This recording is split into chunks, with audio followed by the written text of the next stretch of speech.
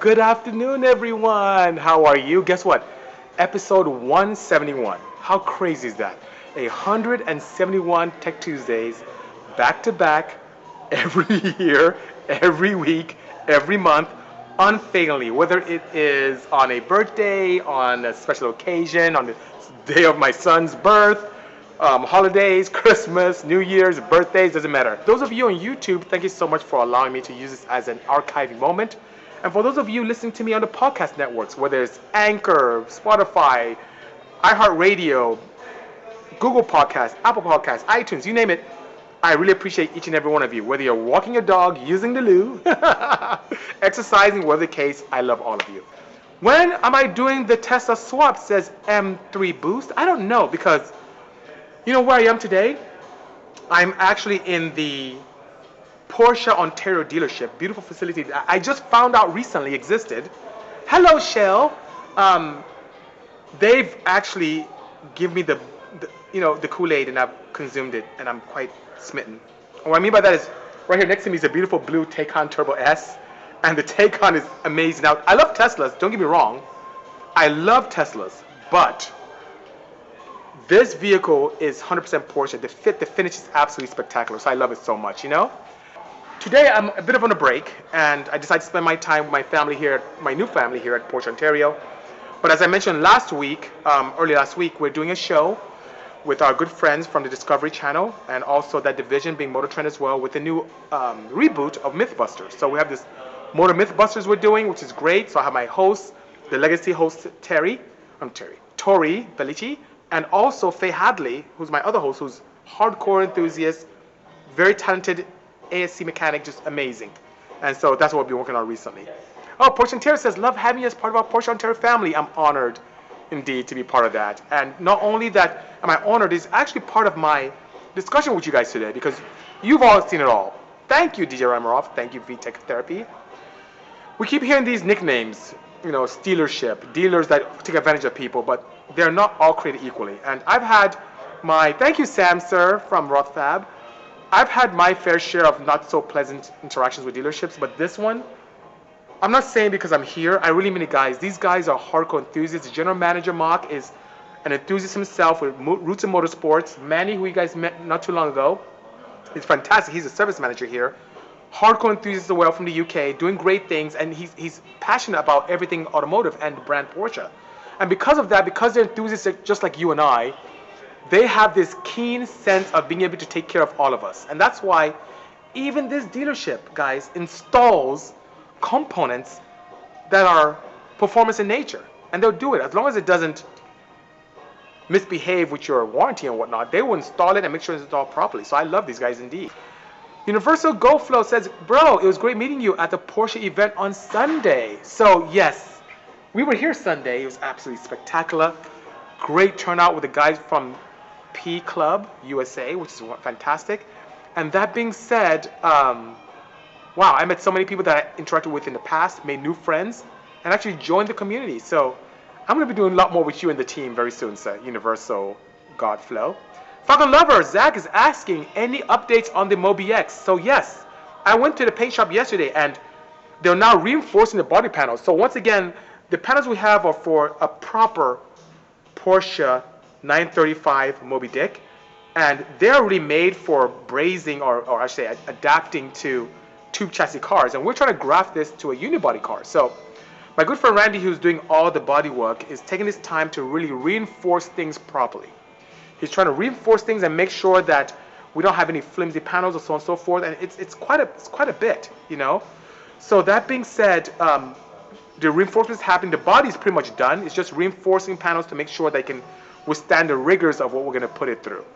And one thing I mentioned earlier on in one of my interactions here, when I was here last, was that our goal is to launch the Mobx at SEMA, which unfortunately for many is an event that is relegated to the automotive industry only, within industry only. And here at Porsche Ontario, we're going to launch it to the public. So I'll have it on display right here behind me somewhere, where we're going to make it happen, which is pretty cool, Will Porsche give you a special edition car? Totally up to Porsche Cars North America. I don't quite know yet, but it's a great goal to have, right? So we've done a lot with American Honda, we've done a lot with Hyundai, but Porsche, we're starting to do a lot more with them, but keep my fingers crossed, hopefully we can make that happen, eh? If Fast and Furious, says Dealing Design, good question. Did we talk about this last time? If Fast and Furious would reboot in 2021, what would you choose as the 4 hero cars? That's a good question. So it has to do a lot with what's popular right now, what's very iconic, and has the potential of being extremely iconic in the future. So out the gate, I would say the Porsche Taycan Turbo S. Out the gate. No, like absolutely, you have to have some kind of EV vibe in the upcoming Fast and Furious franchise. Above and beyond that, let's take a look at some of the offerings that are coming from Japan. So I would say the 5th gen Supra will be another good one as well, because, you know, Fast and Furious has always been partial to the new Supra. And dare I say, a red eye. So they tend to do a lot with Dodges, so I think a Dodge red eye will fit right into that. And they also love like to put like the old and new, so I'd say something crazy like a truck, like an old school Ford truck with probably all-wheel drive hybrid setup or something crazy like that. So an old Ford truck, you know, kind of retro mod, definitely the Porsche Taycan Turbo S, the 5th gen Supra, and, you know, what could we do that's pretty iconic, pretty nice? We need something like some kind of crazy supercar, right? So maybe Lotus's recent offering, or maybe something from Ferrari. I don't know. That last one I'll probably leave to you guys, which is pretty good, you know? What are your thoughts on power increases being done by the owner of the cars in the future? Maybe complexity compared to petrol vehicles. So Motive F8D, I'll share something with you. If you compare the complexity, and I'm going all the way down to the core of building cars, if you go to complexity of, let's say, a petrol car, and all the management systems that look at air through math, speed, density, feedback mechanisms, temperatures, intake manifold temps, turbo, boost, feedback, controls for boost. If you look at all that, the petrol engines are now more complex, not only in things that are being analyzed, but also in the moving parts that exist. So all things being equal, petrol cars are actually a lot more complex from management and also in terms of mechanical parts than an EV. So that's one. Secondly, when it comes to tunability, tuning rules still apply to EVs.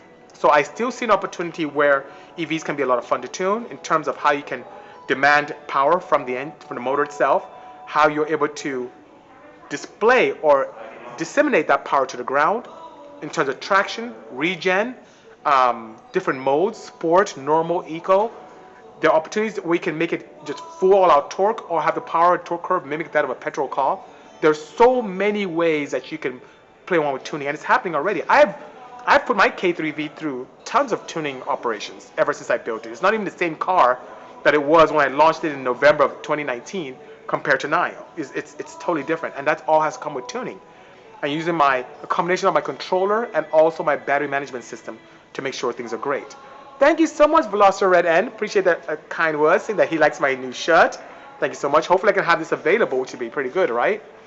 Do you think that the recent iteration of hybrid motors in collaboration with V8s, V12s, are these manufacturers slowly transitioning to fully EV fleet? Yes, they are. It's where, move this aside, everyone is starting to do that nowadays, which is pretty crazy. But believe it or not, no matter what OEMs do, us humans, we're slow to change. And what I mean by that, people are still really crazy about petrol, which is still a staple today. Majority of cars are still petrol in nature, even around me, even though we have some cool EVs. A majority of the cars are still petrol in nature, right? But here's the thing. Having a combination of electric motors and petrol is still very clever. You tend not to have the anxiety of range you may have with certain older models of fuel EV vehicles. You may still have that experience that you may find appealing with petrol engines. Above and beyond that, it gives you the best of both worlds. You can have the ability and sound and feel and vibration, which sometimes can be a detriment, but you can have that with the petrol side. And with the EV, you can have the immediate torque, the amazing regen capability. You can reduce the amount of greenhouse gases that you emanate for the same amount of distance and performance. And you can really make a V8 act like a V10, a V10 act like a V12, a V12 act like something absolutely bonkers. But yeah, it's good. Yes, such as F90, 918 Spider, LaFerrari, absolutely. I hear you, Black Chinnery. Is that saying right? Is it Chinnery or Chinnery? Chinnery. Anyway. Mazi, my godson, Dalo, one name he says. Love that white car behind you. Which car is that? Oh, thank you so much. Muta anam nazo. Yeah, we have a boy Mekan Turbo. So yeah, Mutunka. Then came down as well, 992 Turbo S can count. So for those of you who don't speak my language, I'll just share with my countrymen that that is a Macan Turbo, and I also have a 992 Turbo behind me as well, which is pretty good, you know. EV Marketplace makes a good point. He said, it's time now to go electric if you can to save the planet. He's right.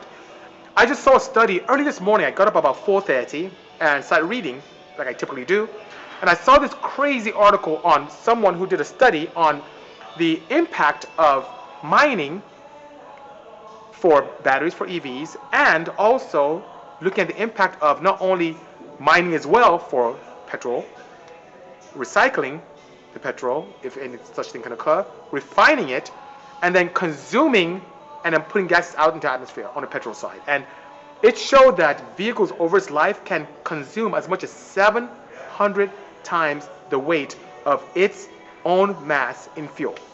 While you don't consume physically any mass, and then some people I think would argue, oh well, you use coal to burn to create electricity, but nowadays we use, believe it or not, more cleaner opportunities for generating electricity than ever. Wind, solar, nuclear when done safely. There's so many other opportunities that we're using, and guess what? You still use those same energies to create petrol cars, to be able to refine the petrol, to be able to, you know, do all these crazy things with transportation and so on and so forth of the oil and oil elements. So it's pretty good. It's pretty interesting, you know. So long story short, just like Jay-Z Thunder said, by 2030, manufacturers will no longer produce petrol cars, and that's true. I know my friends at Porsche are doing something very clever with trying to do some synthetic fuels that can be a lot nicer to the environment, but nonetheless, the tides have already turned. Things are already going in motion. Or EVs are the thing now. People are reinvesting in it, and I was hardcore against it. So Black Sherry is almost leading me on into this, what I was about to say. He said, I love what you're doing, BC. I think more manufacturers should act as you do when implementing EVs, getting the driver more involved with driving experience of an EV appeal to petrol heads, and you're right. So here's a caveat with that, Blake. The challenge is a majority of people, are not enthusiasts. You know, it's just sad. A lot of people just aren't. You know, even in my own family, I'm the only hardcore enthusiast in my family, and I have 5 other siblings, and my parents, they could care less. Do you care about racing cars? Do you race yourself? No, but I love cars. She loves cars, but she doesn't even race. She doesn't race. But so once again, petrol heads are still a small sliver of the market. And if we weren't, guess what? SUVs and CUVs wouldn't sell as well. So we wouldn't be selling a ton of Macans here. It'll be kind of 911s and so on and so forth. But nonetheless, I hear what you're saying. As an enthusiast first and an engineer second, I want to build my cars to be exciting, and I want my EVs to be exciting, and that's why I do what I do. And that being said, you continue to see performance EVs coming from me, and so on and so forth. And Kamhal, you're right. There are pros and cons to all processes. You're absolutely correct. But when you compare apples to apples, one ends up having more pros than the other. Rest in peace, anyone who can tune a carb, says Lofi86. Well, guess what, Lofi86? I hone my teeth in carburetors. So long story short, I used to race for factory Weber.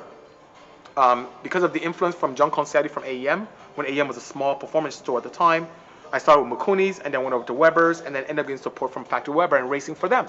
So I honed my teeth in tuning Weber carburation, which made me a better injection tuner. Then fast forward to today, those concepts still live in my head where I'm trying to give a good driving experience that I used to do with carburetors to injection, now doing with EV. So it all helps. So it won't be a lost art. It'll still be an art and people will still practice it. And even as recently as last week on the television show, we're playing with downdrive carburetors. So that being said, there's still opportunities there. So I don't think people will die or go away. I don't plan on leaving the planet anytime soon. So that being said, yeah, it will still be there. Just like horse racing is today, when back in the day, people all had horses and carriages.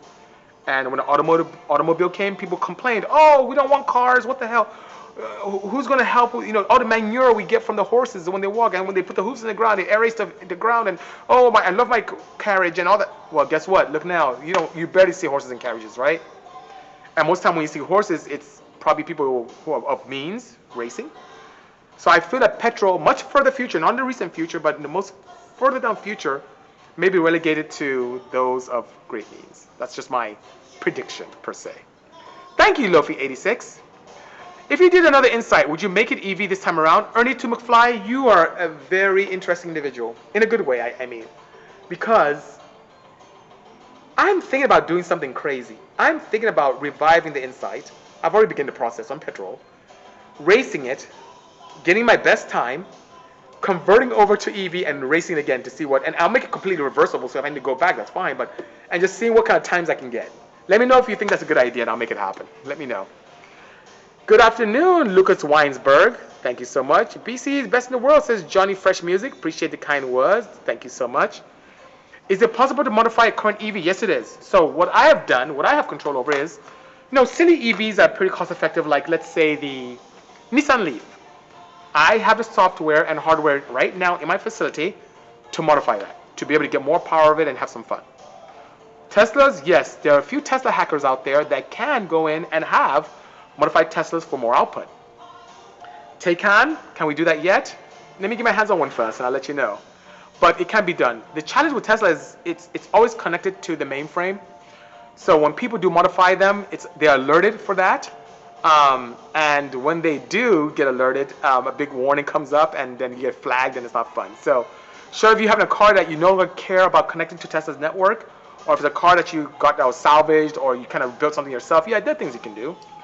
But on the Nissan Leaf, that's not tethered definitely to the mainframe at home office, you can have all the fun you want.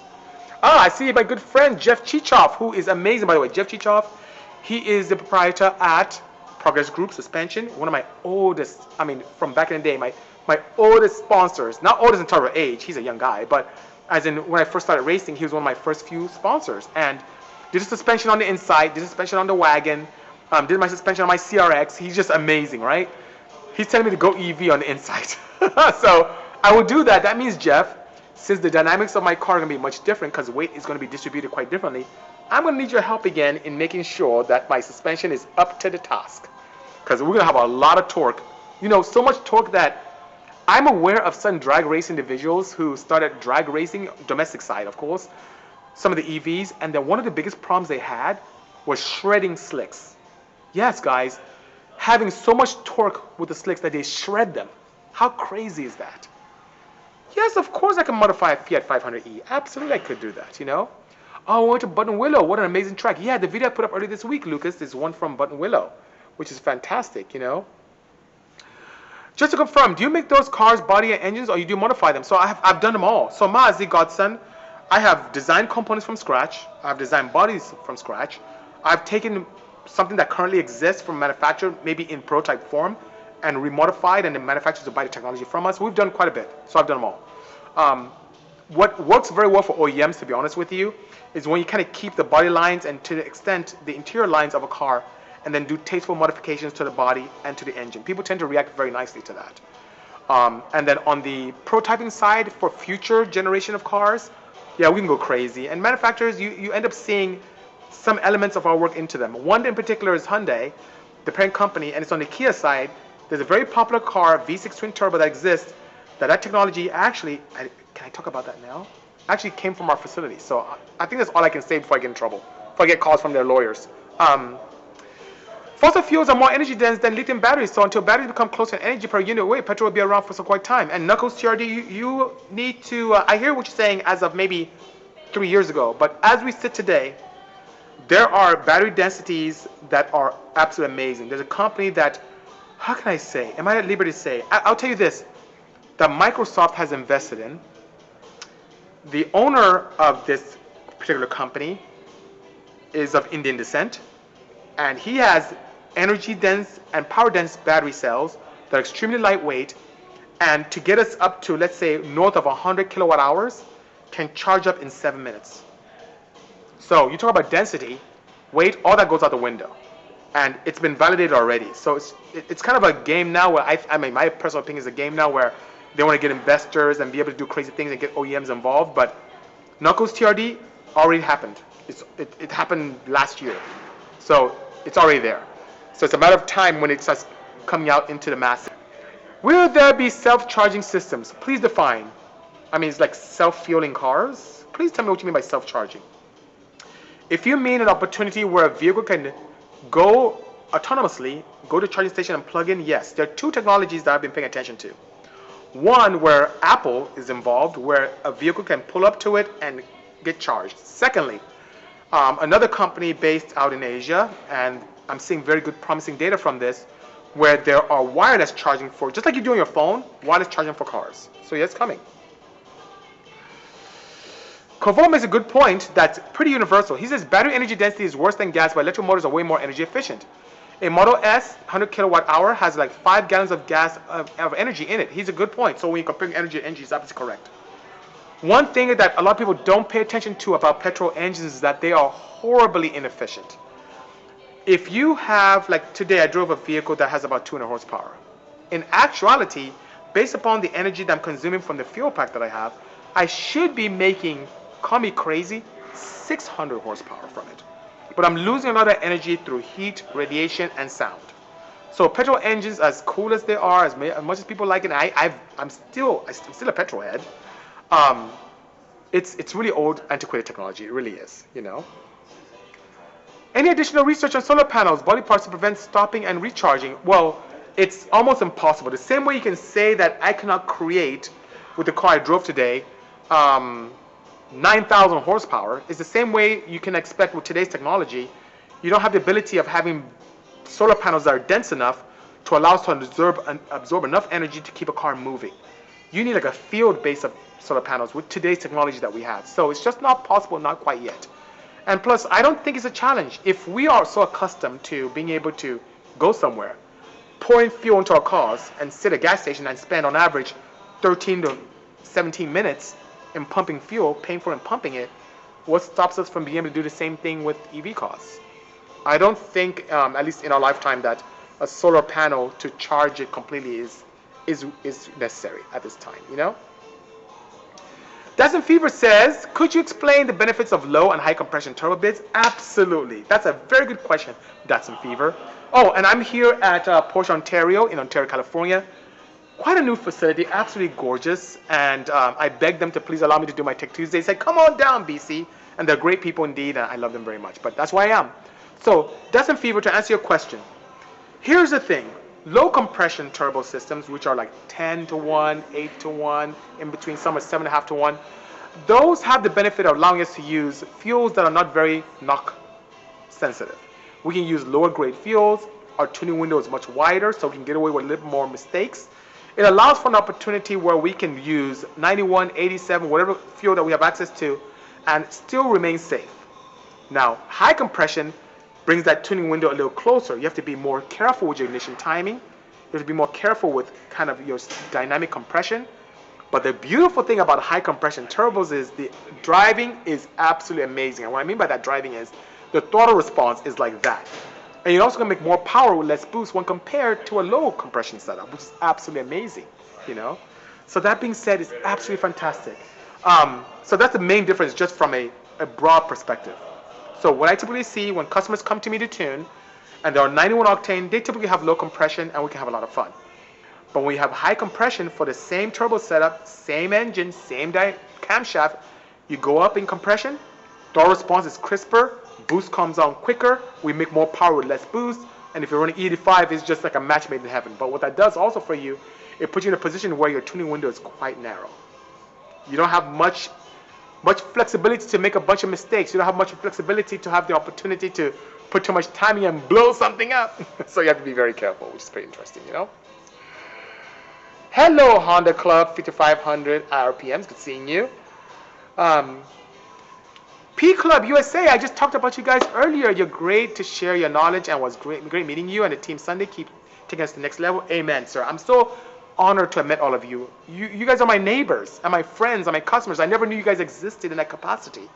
And I'm so honored to have the opportunity to interact with all of you. You guys are fantastic, and I look forward to doing more of you. And please forgive me, I'm going to bring some crazy cars out to come hang out with you. I'll bring some EVs and some Petrols and some hybrids. We're going to have a good time. We're going to have a great time indeed, you know? We need your expertise.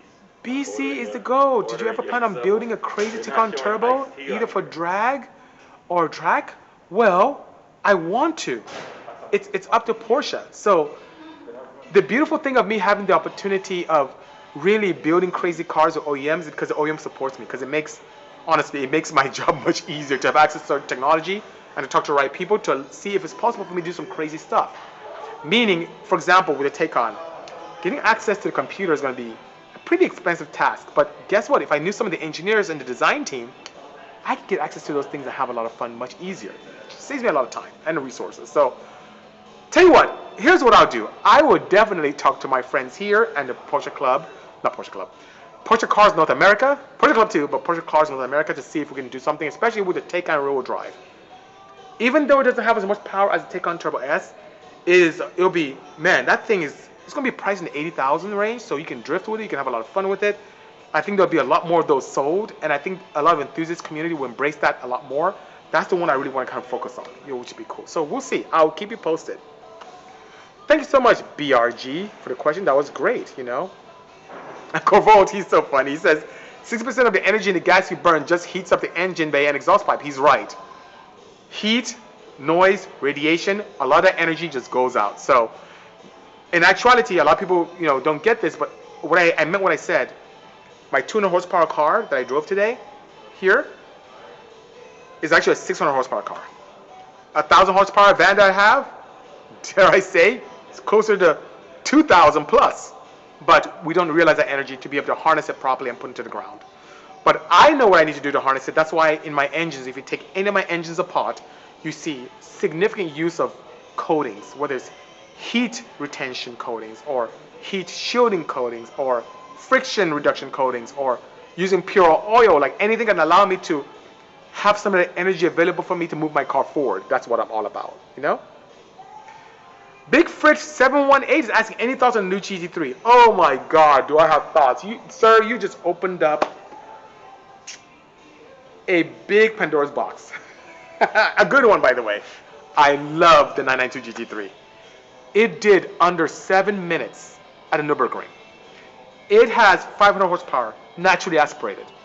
It is faster than the 959 back in the day. That was Porsche supercar. It is the perfect car you can drive daily and track on the weekends. The interior is amazing. The suspension from the Cup cars. The tires are a Michelin derivation that's just absolutely spectacular. The handling. It even weighs more than its predecessor, but it handles much better and is faster. It is amazing. 0 to 60 bananas. I am dying. Please, Porsche, if you're watching, if you're listening, I want to drive it. Please, let me just drive it once on the track. It's just, I can't wait to drive that thing. I love it. So Porsche really outdid themselves. They set a new bar. I'm scared it's going to cannibalize business from their other models because it's just an amazing vehicle. So I love the new GT3. Now, I also know it has two options. For those who like the road gears, the manual one is there, which is great. So Porsche's listening to us enthusiasts.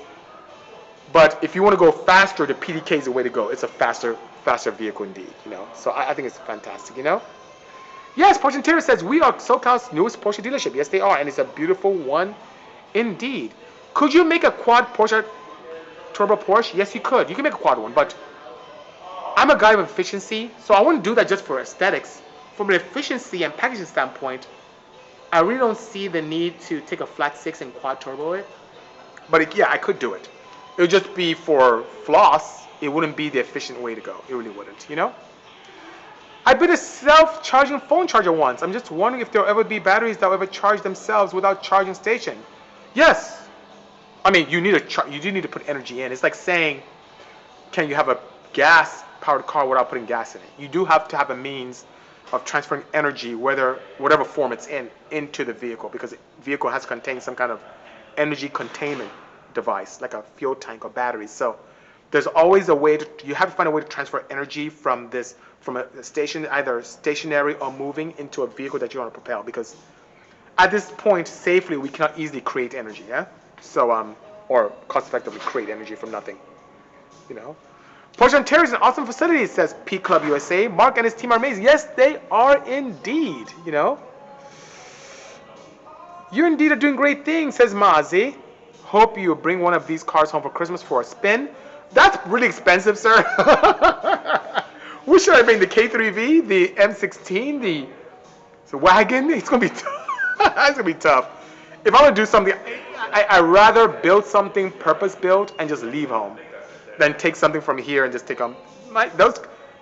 Motom na reba. Aga agalios onono. Manna. at all. There's no way the cars I build here would do well on Nigerian roads. It would just fall apart. But so I have to build something purpose. Maybe an EV safari car. That may work. So that being said, yeah, that may be a little bit tough to do. I'll definitely be out when my EV conversion is done. Sounds good. Look forward to that, sir. Lina Lechat says, I wonder if Tesla will sell modifiable vehicles that gets a different set of warranty. That would be good. But I know Elon and his team, they kind of tend to hold the cars close to their chest. It would be nice if they came out with an R spec of their vehicles, but I guess it does exist with their higher models. For example, the P100D and what they have coming out with the new. I guess you can consider the new Roadster their performance vehicle. So they will have it. We'll have warranties, but would they allow us to modify the ECMs? Would allow us to modify the inverters to give us more opportunity? Would allow us to modify any of the control systems? Is to be seen. But right now, they won't even let independents service those cars. So I don't know, Lena. We can only hope. I think Porsche would do it before Tesla would. How about that? Alan Rosas asks, BC, this is a little random, but for towing, are you only a Dodge fan, or would you expand to other brands? That's a great question, Alan. I would. I love Dodges. And tell you what, I did my homework, Alan, and don't judge me with this, so hopefully you won't be upset.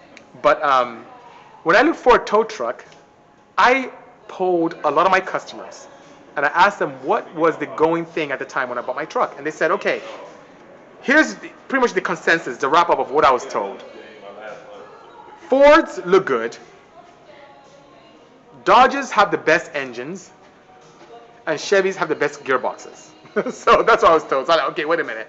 So I guess Chevys and Dodges don't look good, is what people are telling me. The Cummins is a really good engine, but the Ford gearbox is much better because the Dodge gearbox and the Chevy gearboxes are rubbish. That's what I was told, right? So I'm like, I'm saying the Ford gearboxes and the Dodge gearboxes are rubbish. So how can I find it? The perfect combination for me would be the Ford body with a Cummins engine and a Chevy transmission. Well, such doesn't exist. So I said, okay, I'm not going to car show. I'm not going to floss. I just want something that's a good tow vehicle. So what I'm going to do is I'm going to just get a Dodge because it has a Cummins engine. But instead of getting the Dodge gearbox, I'll just get a 6-speed. And that's what I have. So I have a manual gearbox, my Cummins. That thing has been quite reliable. I tow my 44-footer without feeling it. I tow my regular, smaller 24-foot trailer. It's a workhorse. But I'm not opposed to other things. I'm sure that nowadays all brands have very good ones. I really love how the new Rams look, but I'm not opposed to Ford, Chevy, or I'm not even opposed to doing something with Rivian. I'm not opposed to having a Rivian EV as my tow vehicle. I have no objection whatsoever. Have automakers ever considered replicating the vibrations, audio, and shifting of a petrol vehicle with a gear transmission in an EV? So Motive, yes, the Taycan Turbo S that's here next to me, and I'll try and show you guys. Let me see. Forgive me, those of you on YouTube, you can't see it, but I'm going to turn this around right here so you guys can see it, family. So right there is the Taycan Turbo S right here behind me, and that does have a shifting. It has a 2-speed shifting, so you really feel the shift. It just shifts, right? And they do pump in artificial noise into it. The vibration side, no, but because you get a lot of that from the road and so on and so forth. But they do pump in this kind of sound. Now it's not very petrol-like, but it's really nice indeed. I've driven a Jaguar I-Pace, and they literally put a boop in that. I don't like it. I have 2 qualms with conversions or EV cars. One, I really, guys, and if you guys don't agree with me, that's okay. But I really despise people making EV motors look like petrol motors. I really don't like that at all. I think that's, in my opinion, I think it's silly to make a EV motor look like a petrol cylinder engine. I don't like that at all. 2, I'm not a big fan of pumping artificial noise into cars. I think we should really embrace the differences, not only in look, but also sound. That's why if you look at any of my videos on YouTube with the K3V, you'll see this very nice, it's like a mechanical whine, like a supercharger sound, which I enjoy, and I pump it into my cabin naturally. And I like that. So it's just my thing. It's just my thing. So forgive me if you don't agree. It's just my thing. I'm not a big, I feel like even in petrol engines that the vibration dampens my connection. When I drive I say connection, I mean connection to the road. When I drive my K3V, I love the sounds of the pebbles hitting the undercarriage. I love hearing the tires when I'm really pushing the car. I'm more connected to the road. I love the feedback through the brakes. It's so analog. I just love it. It's amazing. Carrera GT or Viper Gen 5? Ooh. Ooh. Carrera GT. I really do. Oh, Gen 5 is different. It's like you're comparing. It's like comparing a scalpel, Carrera GT, to a jackhammer, Viper Gen 5. So the ACR is a brute track machine, amazing. Carrera GT is so, it's a wonderful, magnificent automobile that also has great track manners. It's just, I love both of them, but if I had to choose one or the other, it'd be the CGT, by all means, you know? Do you not like the front battery box being a homage to shape of V8? John Ward's Icon, Derek Mercury did that and it looks beautiful. I don't care for it. I hear you, Corvold. It may look beautiful, and I've seen that car. It's gorgeous. It's gorgeous, right? In the derelict. But I don't get it. Personally, I don't get it. Why would I want to make my EV look like a petrol? I just don't get it. It may look beautiful. I can make it look like the Mona Lisa. That would be beautiful, but why? I'm okay really embracing what the EVs bring to us. And on my petrol side, I'm okay embracing that. So when I have a petrol car that's turbocharged, I will hang my turbos out the back. Or I'll show it off and make sure it's beautiful and celebrate it. And when I do EV, same thing. I want to celebrate my EVs. If you look underneath my back wing of the K3V, I even have a plexiglass cover all over all my contactors and wiring because I appreciate the engineering and beauty of all those wires and contactors and fuses and relays. I just love that. It looks beautiful. So I don't like putting lipstick on a pig. I just want to appreciate the pig and appreciate the lipstick separately, if that makes sense, you know?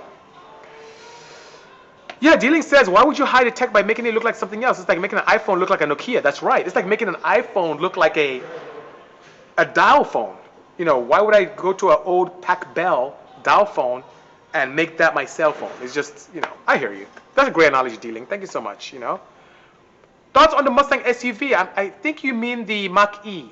So I haven't driven that. I don't know. Aesthetically, I've seen them at shows. I think I saw one at LA Auto Show not too long ago.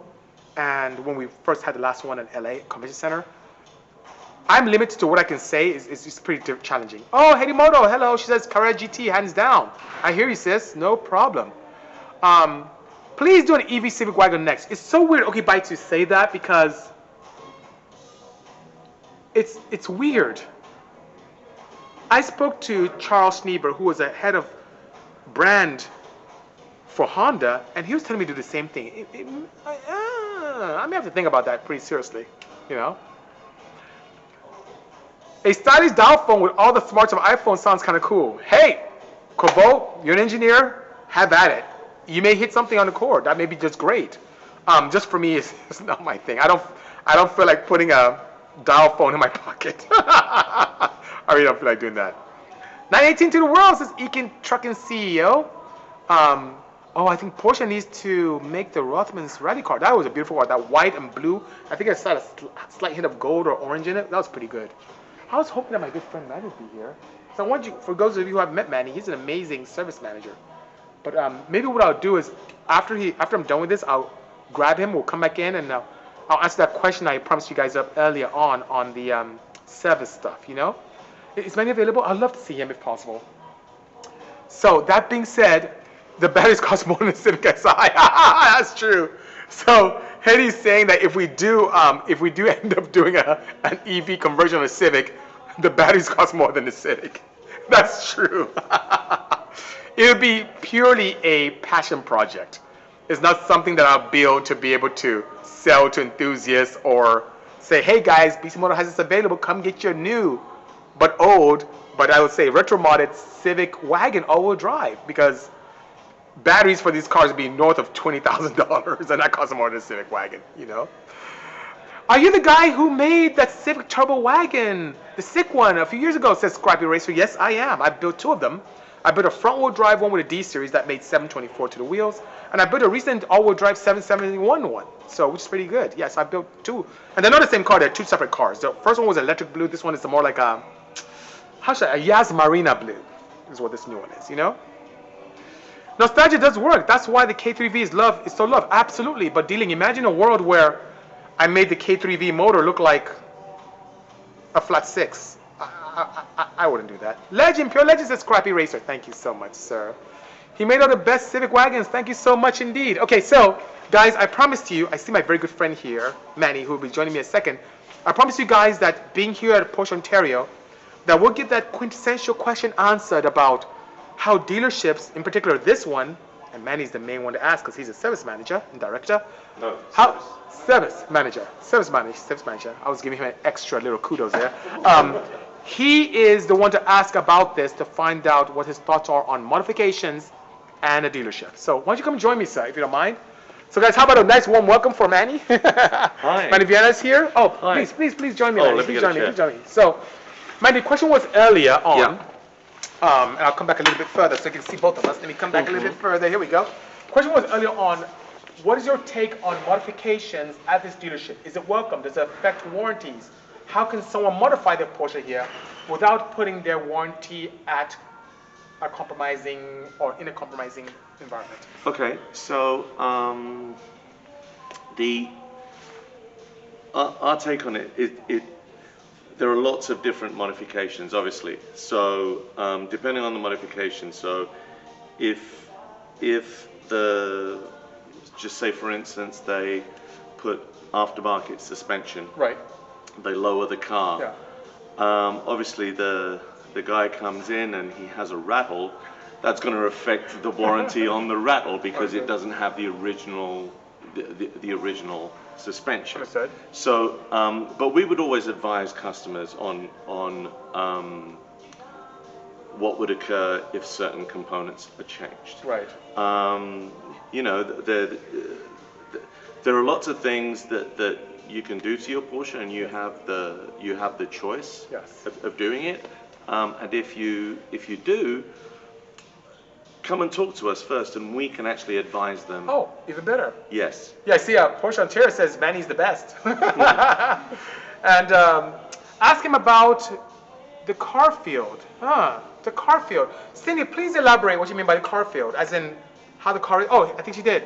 Cranfield University Motorsport Program. Do you know about that? I don't. So I think it's something to do on the UK. Manny's not familiar with that, even though he's from the UK. He's not familiar with that program. I think I heard a little bit about that, but I'm not familiar with the Cranfield University Motorsport Program. But Cindy, please do share, and maybe Cindy, I need to come and do one of these with you. Cindy's who hired me in pharma Okay. years ago when I was in Okay. in that realm. So, what if someone did have like a bespoke exhaust or even an aftermarket exhaust that you guys installed? And would that affect, let's say, warranty on, let's say, their windshield wipers or something No, like that? absolutely not. No. Because we've seen incidences with other dealers, not you guys, because you guys are amazing, but we've seen where dealerships would they would avoid or not do warranty work because the car seemed modified. Yes. We will always follow the factory guidelines. We will always follow the factory guidelines, but every situation is very different, and which is why I advise people, hey, before you do that mod or before you have a warranty concern, just call us and we will advise you correctly on any given item, because it's not a question that I can answer categorically yes or no. Right. It depends on the circumstance. Well, yes, Okibyte says it depends on the dealer, and my experience, as I introduced earlier on, Manny, and also the general manager here, Mark, these are guys who are enthusiasts just like you and I, guys. He's raced cars. I'm going to have him race one of my cars soon, and hopefully he can give me some good feedback to make my stuff even improve better.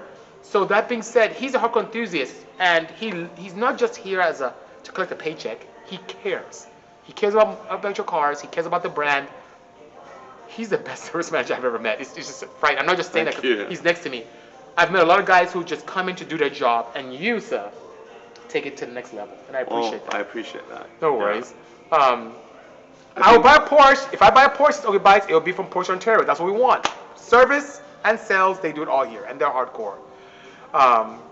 Congratulations on the JD Power scores for Porsche. Top 5 may have just had sold me on my next toy. Interesting. Yeah. Wow, I didn't know about that. Yes. Shame on me. Yes, so by all means, Texas, even if you're in Texas, they do sell and they do ship cars, around, I was going to say globally, but at least within the United States. So if you want to buy a car from here and you're not even in California, they can still make it happen. There's no challenge doing that whatsoever, Are technicians needing new certifications for cars as they come to market? Yes, they do. Oh, good. They do. So, for instance, our techs, if only certain ones can work on certain cars. So, for instance, we have high voltage technicians because they have to go through very stringent safety protocols where, obviously, you know yourself with the electric cars, Yeah. you need to adhere to Oh, yes. certain safety criteria. Absolutely. So they get factory trained to do that. 991.2, is it a good car? Other than the 918? Is a 991.2 a good car? Someone's asking. 901? 991.2. 991.2, yes, it's a very good car. Heard it from the man himself. It's an extremely good car, as is the 918 as well, you know? A GM that cares about the brand and not the dollars, always a win. Well, thank you so much. Manny does that, and so is his partner here, Mark. How does the Carrera T differ from other 911s? Carrera T, so it has this classic vibe to it. The T started off life as basically a base 911 Carrera model, but now it's become kind of desirable because it is very different. It's got some really cool aspects to it, interior wise and everything else. Yeah, I really like it because it's something old, but it's fresh right now. Nice. Yeah. Very nice.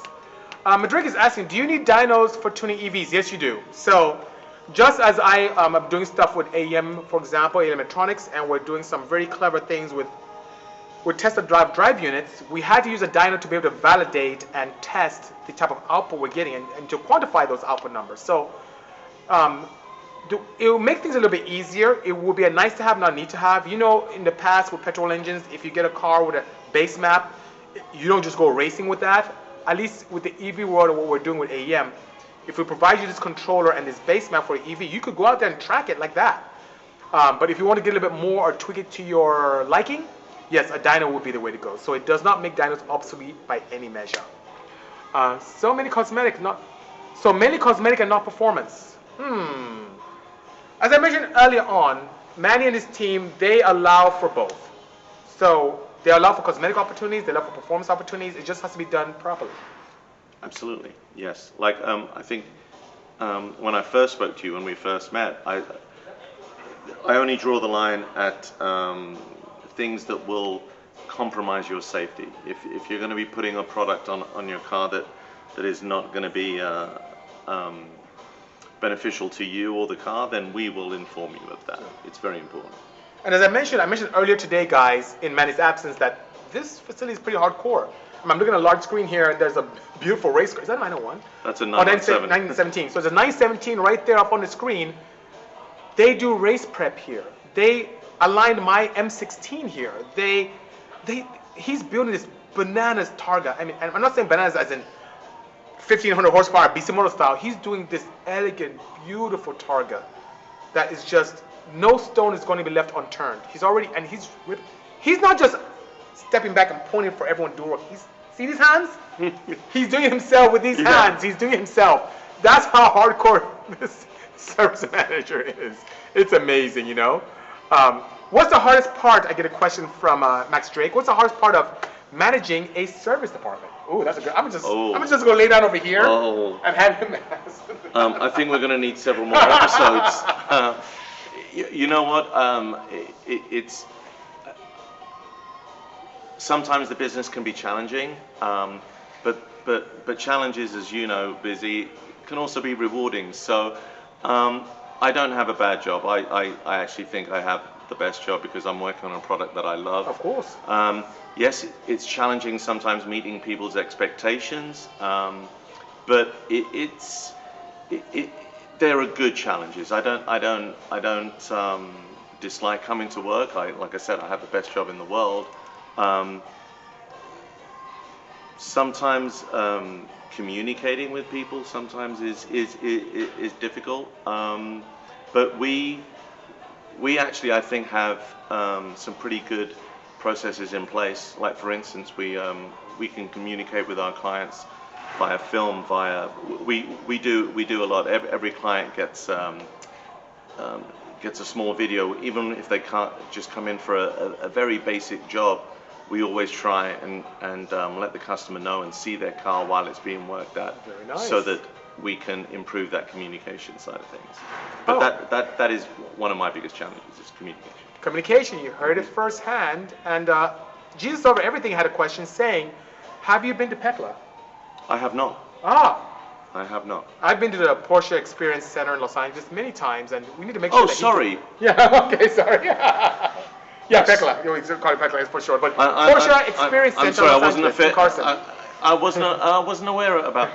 Yes, I have, and I actually I did half a day there, and I did the off-road and drove a Taycan Turbo S around the track, which was just amazing. Nice. Yeah. So we both have been to Petrol. Yes. So great question. And Yes. for those of you who didn't know what it is, you know what Petrol is. Petrol, okay, You know? Porsche Experience Center, LA. Good, Petrol.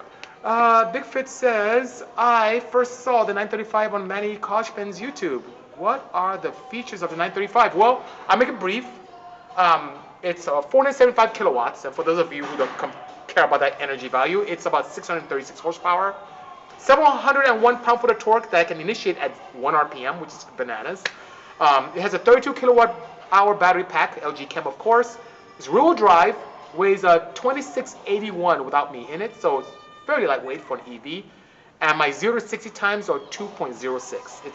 It's just an amazing vehicle. So range-wise, if I keep my foot out of it, I can get 160 miles if I drive like a human. But I rarely do that, so when having fun, I'll get a little bit over 100 miles, which is pretty nice. And I had a goal with that car, and my goal was to get more range than my Viper. So I have a 5th-gen Viper. I only get 120 miles with that when I drive it, which is pretty crazy. Yeah, so. We have Jovan here from sales. Oh, Joe? Jovan. Jovan, come join us. Manny, I've I'll let you get back to work. Good seeing you, Thank sir. you so much. Thank you so much. Hello, sir. How are you? Good, how are you? So I see this chap around when I come here, but I don't really interact with him ever. Number Shame one on me. sales guy. He is the #1 sales guy at this facility. And guys, I mean, nice to meet you, sir. Nice to meet you indeed. How long have you been with Porsche Ontario? Actually, since we opened. Yes. I just That's a trick started, question, guys. By the Yeah, way. I just started with Porsche just before we opened here. I started over in Riverside. Okay. Just to kind of get acclimated with the brand, and it's a really, really incredible brand to be a part of.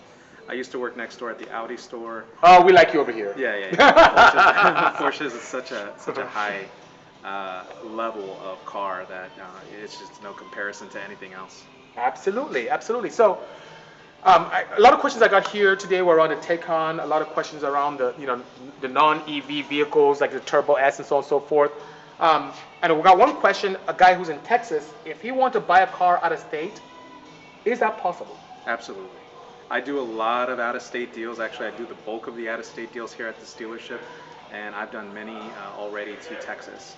Oh, nice. I did a deal to Montana. I did one to North Carolina. I've done Oregon and Washington, Colorado.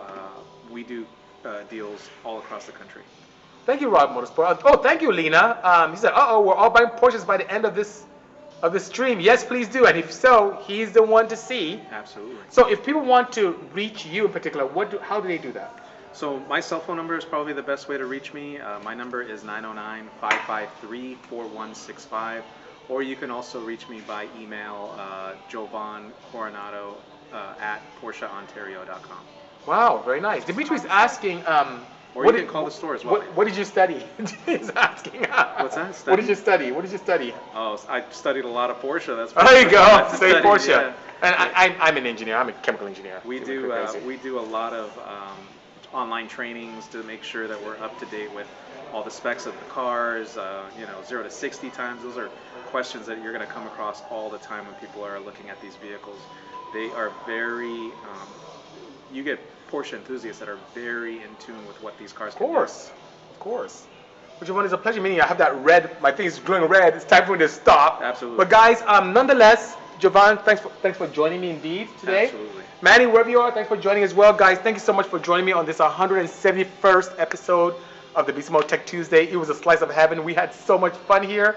And if you like to see this, once again, from scratch, I'll have this on IGTV indefinitely. I also have it on YouTube for prosperity as an archiving moment. And above and beyond that, if you prefer podcasting, iTunes, Apple Play or Apple Podcasts, iHeartRadio, Spotify, all your favorite networks, just type in Bisimoto and you'll see it. Anyway, guys, thank you so much. It's a pleasure indeed. Everyone's saying thank you. He's getting hearts. You guys don't give me hearts. Now you're gonna give me hearts. Anyway, thank you so much, guys. Take care now. Thank Cheers. you. Thank you.